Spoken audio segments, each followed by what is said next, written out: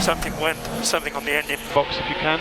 Oh dear, problems then for Carlos Sainz, who is back in the pits. Hülkenberg, along with Stroll, Russell, Kubica and Sainz, who is out, in the bottom 5 at the moment. It's a good lap, he's going well, but all around him, personal bests are being recorded as Daniel Ricciardo goes 10th fastest in the other Renault, and Lando Norris goes 8th fastest in the one remaining McLaren. Hülkenberg moves up to 10th. It's ahead of his teammate Ricciardo. Is that going to be enough to get him through into Q2? Here comes Sergio Perez next in the bottom 5 because Hülkenberg has moved out.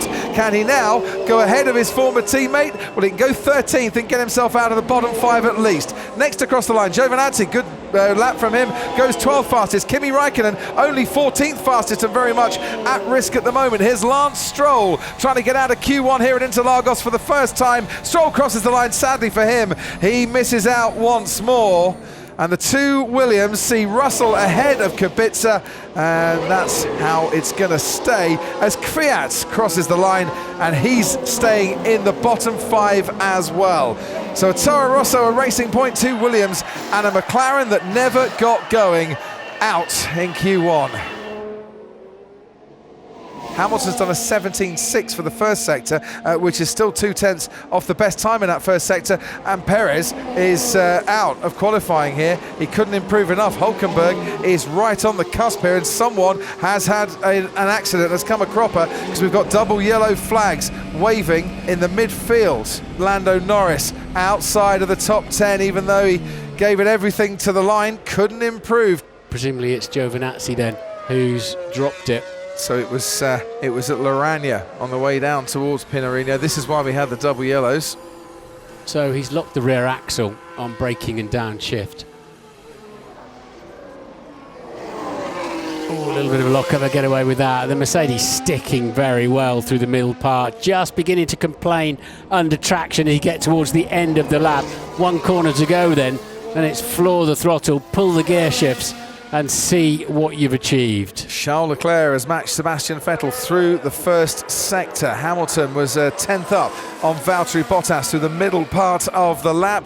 Shaded under the trees, the fans see Hamilton cross the line with a 1:07.8. Grosjean ahead of Raikkonen, ahead of Gasly. Bottas second fastest, 13 milliseconds behind his teammate, who now has provisional pole. Hamilton on pole, of course, this time last year at Interlagos. Sebastian Vettel takes pole away from Mercedes by 2/10. Very large margin that, as Charles Leclerc now crosses the line, and Leclerc 900ths behind his teammate. Alex Albon next across the line, 3/10 down on Vettel. He's 5th fastest. Where's Max Verstappen going to end up? He's on provisional pole. 8 milliseconds between Verstappen and Vettel. Red Bull have pole for now. This is it. Here we go then. Max Verstappen on provisional pole. He's never started in the top 3 at Interlagos. He goes into the Senna S for the last time this afternoon, knowing that any slight improvement's going to give him a better than even chance of holding on to that provisional pole and starting at the head of the field in tomorrow's race. Down the Retta Reposta he goes, and he's slightly, fractionally outside his best sector time of 17.4 for that first part.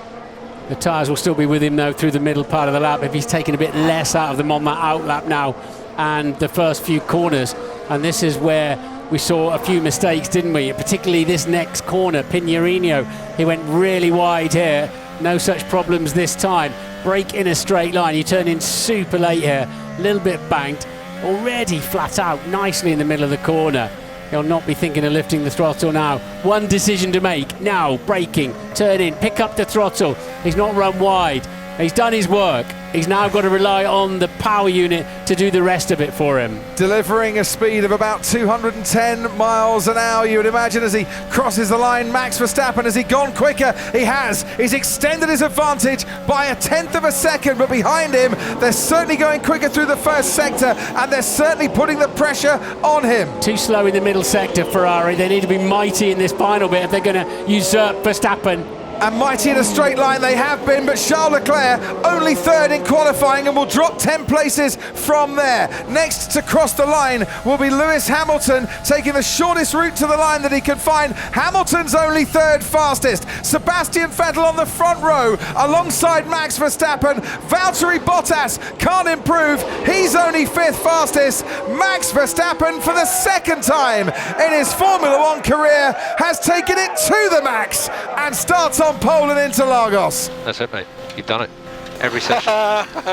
Yes, boys. That was really good, really good. The car was on fire. And I hope that was a nice birthday present, Christian. That was the best birthday present you're going to get. Well done. No worries.